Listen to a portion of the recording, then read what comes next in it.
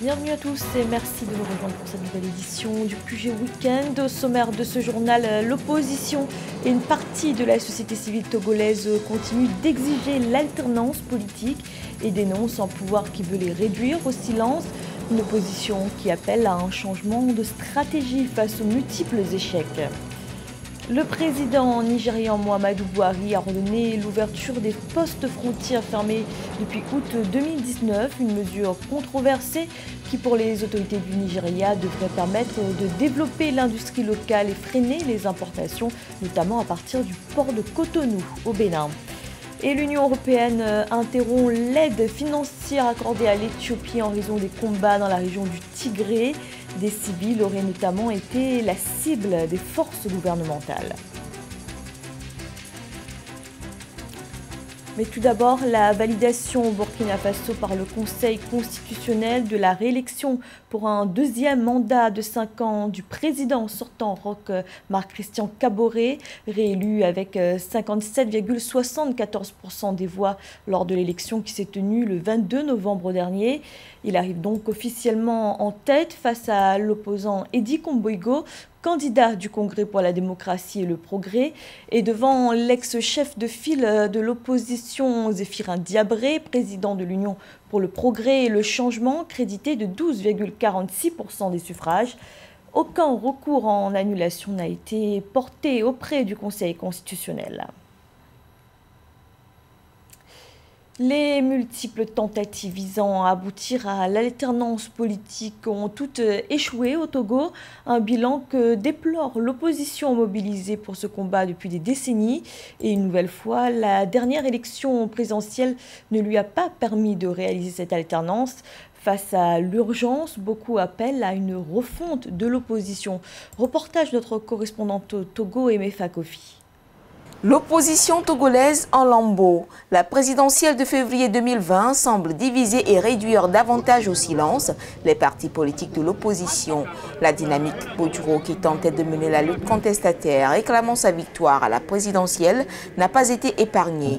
Si l'opposition porte aujourd'hui le lourd tribut de ses boycotts aux élections, aux forces démocratiques pour la République, on préconise la dissolution de l'actuelle Assemblée nationale et la constitution d'une nouvelle, plus inclusive et plus représentative. Je ne suis pas sûr que le parti au pouvoir lui-même exprime une quelconque fierté en voyant une assemblée comme celle-là, où on n'a pas une véritable opposition en face qui apporte la contestation. Aujourd'hui, l'opposition semble désarmée. En manque de stratégie, elle ne sait plus à quel sens se vouer. Pour de nombreux observateurs, l'opposition doit chercher les moyens de sa lutte. Si le pouvoir en place use d'autres méthodes, d'autres forces qui sont antidémocratiques pour se maintenir, c'est une autre question, c'est une autre manche. Et là, l'opposition doit aussi, dans ce cas, chercher les moyens du rapport de force. Donc, à l'opposition de pouvoir chercher, elle aussi, les moyens financiers qu'il faut et pouvoir aussi sensibiliser les forces armées pour les appeler à être républicaines, hors du débat politique, et surtout à l'opposition de se battre pour qu'on ait des institutions assez fortes dans le pays afin que ces institutions puissent permettre que le jeu d'alternance et le jeu du pouvoir puissent être réels, comme on l'a vu récemment aux États-Unis. Dans ce contexte de domination du pouvoir, l'opposition togolaise est également appelée à se réinventer, à préparer une nouvelle génération d'opposition à même de réussir là où elle a échoué face au pouvoir. La situation sécuritaire ne cesse de se dégrader au Nigeria.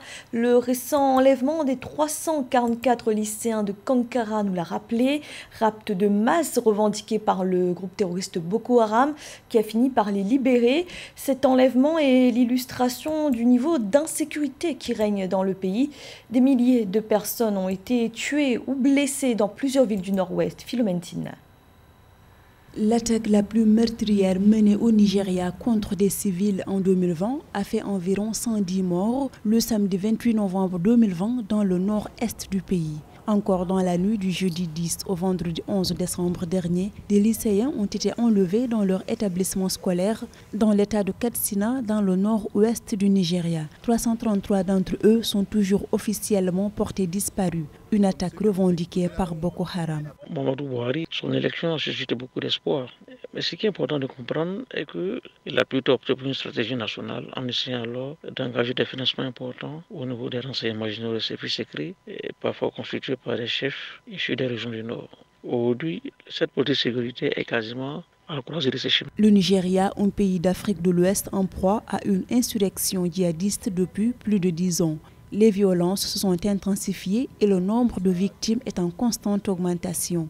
À ce titre, les observateurs estiment que le président Muhammadu Buhari n'a pas tenu l'une de ses principales promesses de campagne lorsqu'il a été élu pour la première fois en 2015, mettre fin à l'insurrection. Dans le nord du Nigeria, vous avez deux groupes essentiels. Vous avez le groupe Al-Barnawi qui est affilié à l'État islamique et vous avez Boko Haram qui est affilié également à Al-Qaïda. Il est donc important aujourd'hui pour le Nigeria d'élaborer une cartographie typologique de ces groupes terroristes. Si le Nigeria veut améliorer sa stabilité, sécurité politique, il va falloir engager évidemment aussi bien un combat militaire et également engager un dialogue avec certains groupes. Les experts en sécurité affirment que si la question sécuritaire du Nigeria n'est pas traitée rapidement, elle pourrait entraîner un grave ralentissement économique et des pénuries alimentaires.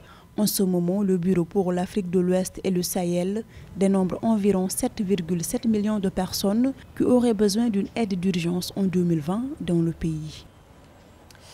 Ghislain Kikangala, placé sous mandat d'arrêt provisoire en République démocratique du Congo. Décision intervenue vendredi 18 décembre après plusieurs heures d'audition au parquet général de la Cour d'appel de Kinshasa-Gombe, du coordonnateur de l'Agence de prévention et de lutte contre la corruption. C'est une vidéo mise en ligne par Access Bank qui a déclenché l'enquête lancée par le parquet. Ghislain Kikangala est soupçonné d'abus de pouvoir et d'extorsion de fonds. Au total, 3 personnes devaient être entendues, mais seul le patron de l'APLC s'est présenté devant le parquet vendredi après-midi. Après 18 mois de fermeture, le Nigeria rouvre ses frontières terrestres avec les pays voisins. La mesure prise en 2019 a eu de lourdes conséquences économiques au Bénin ou encore au sud du Niger. Pour l'instant, seuls 4 postes frontières sont ouverts et tous les autres le seront d'ici la fin du mois de décembre. Les précisions d'Aïssa Toubari. Le Nigeria a rouvert des postes frontières importants avec le Cameroun, le Bénin et le Niger. En 2019, le président Mohamed Buhari a décrété la fermeture unilatérale des frontières terrestres du Nigeria aux importations, une manière de limiter la contrebande et le trafic et d'accélérer la production nationale. Même si les autres produits sont autorisés, l'importation du riz, de la volaille et du carburant reste interdite. Il avait par exemple été admis que du riz qui bénéficiait des exonérations d'impôts au niveau par exemple du Cameroun se retrouvait dans le nord du Nigeria à des prix compétitifs par rapport à la production des riz locales, alors que ce pays-là essayait de promouvoir une production locale de biens de consommation. Et c'était pareil avec le Bénin. Il y a eu un fort lobbying sur le gouvernement d'Abuja pour qu'on puisse de nouveau ouvrir les frontières. Et aujourd'hui, je présume qu'ils ont pris des mesures adéquates pour éviter qu'il y ait des situations de contrebande comme on l'a vu par le passé. Cette réouverture devrait donc permettre de contrôler l'inflation qui a augmenté de 18,3% en novembre contre 17,4% en octobre, soit le taux le plus élevé depuis janvier 2018. Le fait que le Nigeria ne parvienne pas à commercer avec ses voisins qui utilisent le franc CFA est un problème pour sa gestion monétaire. Parce qu'en réalité, lorsque le Nigeria commerce avec les pays de la zone franc CFA, dans la tête des Nigérians, ils sont en train de commercer avec une monnaie qui est librement convertible, au contraire du naira nigérian qui n'est plus convertible du tout. Ça leur permet de pouvoir gérer leur flux de trésorerie extérieure sans avoir à en appeler à leur banque centrale qui impose des conditions. Le Nigeria a certes freiné la contrebande de plusieurs produits de première nécessité. Mais le bénéfice de cette mesure est peu palpable. Une réouverture qui intervient un mois après que le Nigeria a ratifié son adhésion à la zone de libre-échange continentale africaine qui devrait entrer en vigueur le 1er janvier 2021.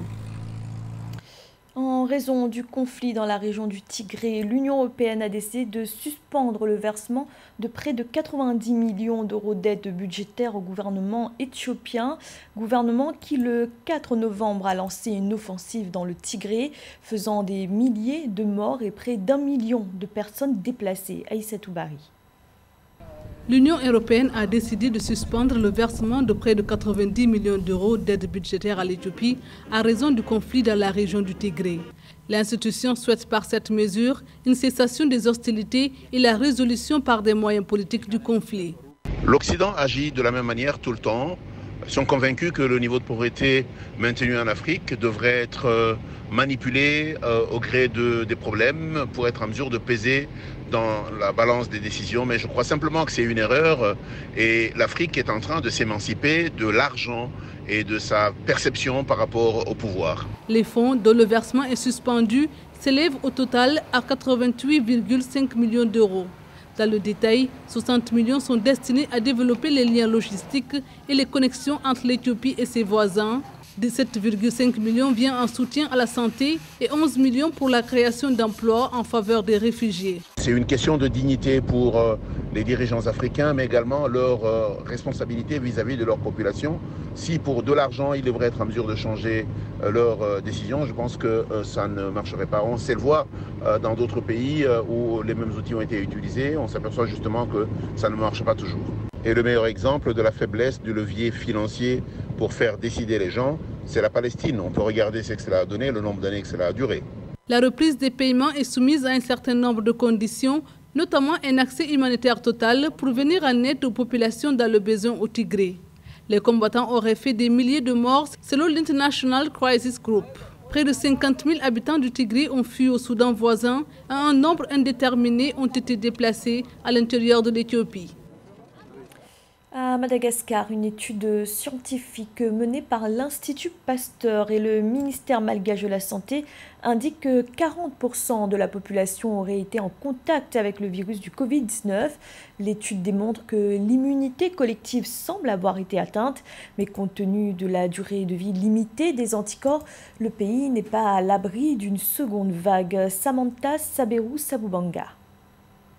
À Madagascar, l'Institut Pasteur, en collaboration avec le ministère de la Santé, a mené durant 9 mois une étude scientifique sur les tests de séroprévalence. Selon la récente étude, près de 40% de la population aurait été en contact avec le virus du Covid-19. C'est près de 8000 échantillons de sang provenant des centres de transfusion sanguine qui ont été analysés par l'Institut Pasteur avec le ministère de la Santé. Suite à la sortie de cette étude de l'Institut Pasteur, pour plusieurs raisons.